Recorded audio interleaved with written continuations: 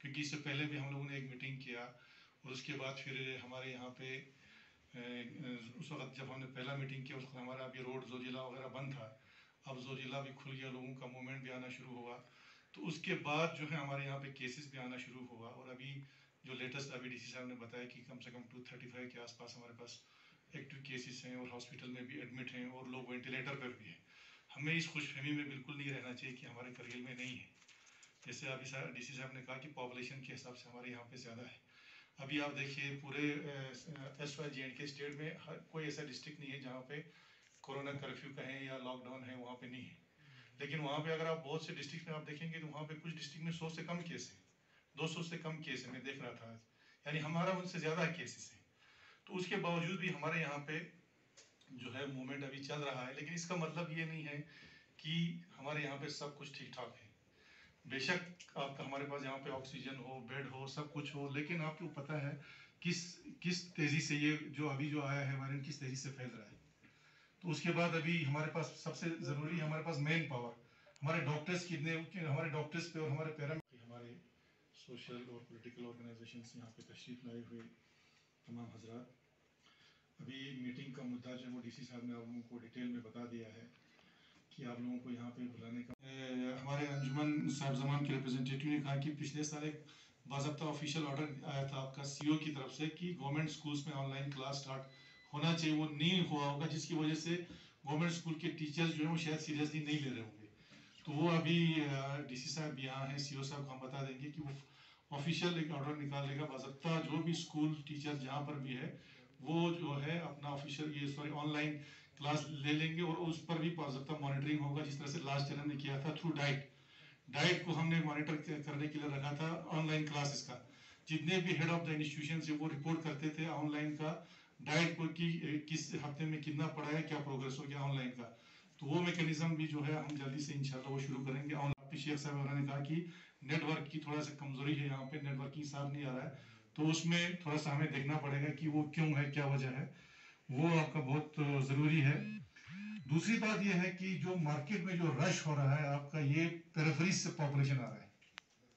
Kargil town में तो इतना पॉपुलेशन, ताकि हम डेली मुंशियात के पास सिस्टम है, वो आराम से दिन को हर बंदे को फोन कर सकता है पूछने के लिए, दिन को 4 बार भी फोन करेगा। और अगर कहीं पे कोई नहीं मानता है, बदतमीजी करता है, उसका हमें आप बताएं, हम एक्शन लेंगे। फर्स्ट चीज। दूसरी सर मेरी एक रिक्वेस्ट है डीसी साहब से और सीसी साहब से कि सर बहुत सारे, आज भी हमने देखा बहुत सारे करगिल के लोकल पैसेंजर्स बाहर जा रहे हैं, और मीनामर्ग में हमने पूछवाया, वो ना कोई मेडिकल इमरजेंसी है, ना कोई अगर कॉन्ट्रैक्टर होगा काम है कुछ, वो भी कुछ 10 गाड़ियां होंगी, फजूल में लोग बाहर जा रहे हैं। ये बड़ी सोचने की बात है सर। इस पे मैंने सर डिस साहब से रिपीट नहीं करना चाहूंगा। मेरा सबसे जो कंसर्न है सर वो बच्चों के तालीम के बारे में, जो डीसी साहब ने पहले एज ए प्रिकॉशनरी मेजर जो स्टेप लिया है वो वेलकमिंग स्टेप है, हम उसका वेलकम करते हैं सर। लेकिन यहाँ पे ऑनलाइन क्लासेस के जो गवर्नमेंट स्कूल पिछले साल क्या हुआ था सर, गवर्नमेंट, इसके बाद जैसे हमारे रिलीजियस हेड ने कहा, सबने कहा कि अगर एडमिनिस्ट्रेशन फैसला करती है किसी रेस्ट्रिक्शन का कि आप साथ देंगे, तो मैं अभी आपके सामने अनाउंस करना चाहूंगा कि हम सारी जितनी भी गैदरिंग्स है, सोशल, पॉलिटिकल, रिलीजियस, कल्चरल, जो भी है सारा बंद रहेगा, किसी को अलाउ नहीं होगा, सब कुछ बंद, ठीक है। बिकॉज हमको आवाम को बचा कर रखना है। जैसे डॉक्टर साहब ने भी कहा, मैंने भी स्टार्टिंग में कहा था कि ये जो म्यूटेंट वायरेंट है ये बहुत ही तेजी से फैल रहा है और इतनी डेथ्स हो रही है कि अब क्या ही बताया हम आपको। मैं भी छोटे से गाँव से, तो हमारे यहाँ पे इतने केसेस है कि उनको ट्रीटमेंट नहीं हो पा रहा है। जो कुछ सर जो स्प्रेड हो रहा था सर, उस पर कुछ कमेंट्स करना चाहूंगा सर। स्पेशली इन इंडिया में, जो इंडिया में अभी जो एक खतरनाक तरीके से स्प्रेड हुआ है, उसका कुछ कारण थे। उसमें 3 इवेंट्स हुए हैं, super spreading events. Out of this 3 super spreading events, one was the religious जो एक कुंभ मेला हुआ sir, that was one sir. Second was the farmers protest, जो फार्मर्स की प्रोटेस्ट हुआ sir, that was another one. Third was the religious the election sir, rally जो हुई। These were the 3 super spreading events that took place in India, sir. And that was the reason, अभी यही reason है कि India में इस level पे हमें इस स्केल पे इन्फेक्शन बढ़ने काम कर रहे हैं सर। रिगार्डिंग RT-PCR जो लैब के बारे में, हमारे बच्चे दो शिफ्ट में काम कर रहे हैं सर। नो डाउट अभी हमारे कुछ दिन के बाद हमारे लैब असिस्टेंट्स की जो संख्या बढ़ जाएगी तो हमारे और साथ में यूटी एडमिनिस्ट्रेशन ने हमें एक RNA एक्सेप्टर मशीन एक्स्ट्रा दिया है सर, वो खरीद के हमने ला के इंस्टॉल भी कर दिया है सर। आज से इंशाल्लाह रहमान वहाँ पे भी काम होने लगा। उससे फायदा यही होगा सर कि वेटिंग पीरियड जो है देखिए, पहले तो ये बात है कि जिस तरह से यहाँ पे मीटिंग बुलाया गया आपका सारे रिलीजियस, सोशल, पॉलिटिकल सारे, उनका ये था कि उनको थोड़ा सा अवेयर करें कि अभी प्रेजेंट सिचुएशन क्या है हमारा। जैसे कि हम देख रहे हैं कि हमारे पड़ोस में हो या पूरे हिंदुस्तान में क्या सिचुएशन है वो हर कोई जानता है। तो हम चाहते थे कि हमारे जो रिलीजियस ऑर्गेनाइजेशंस हैं, पॉलिटिकल हेड्स हैं, वो भी जान लें कि हमारे एडमिनिस्ट्रेशन, हमारे मेडिकल डिपार्टमेंट की तरफ से कि हमारे यहाँ पे क्या पोजीशन है, कोविड के केसेस की क्या पोजीशन है, वैक्सीनेशन की क्या पोजीशन है, वो सारी। तो अल्टीमेटली डिस्कशन काफ़ी हुआ और उनके भी तरफ से भी बहुत सी अच्छी खासी राय जो है, सजेशन उन्होंने एडमिनिस्ट्रेशन को दिया।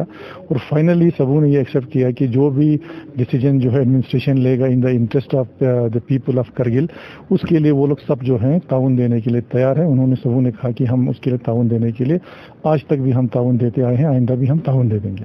अब रहा जैसे कि आपने कहा कि फ्यूचर में लॉकडाउन होगा, क्या होगा, उसमें ऑब्वियसली ये है कि अभी जो चेन अभी हमारे जिस तरह से केसेस अभी बढ़ रहे हैं, पहले हमारे लोगों के दिमाग में ये एक जहन में था कि नॉन लोकल्स हैं। जिस तरह से अभी हमारे डॉक्टर साहब ने यहाँ पे प्रेजेंटेशन दिया कि 50% जो है उसमें हमारे लोकल्स हैं और केसेस जो हैं बड़ी तेज़ी से बढ़ रही है। तो जिस तरह से यहाँ पे हमारे डॉक्टर साहबान जो थे, उन्होंने जो सजेशंस दिया वहाँ पे कि इस चेन को ब्रेक करने के लिए एक लॉकडाउन लगाना पड़ेगा, जो हर जगह लगा है। और आप खुद जानते हैं कि इस वक्त पूरे, मुझे लगता है पूरे हिंदुस्तान में या पूरे जगह से करगिल ही है जहाँ पे लॉकडाउन नहीं है, क्योंकि हम भी चाहते थे कि लोगों को परेशानी ना हो, लेकिन लोगों की परेशानी से बढ़कर लोगों की जानें जो है वो हमें अजीज है।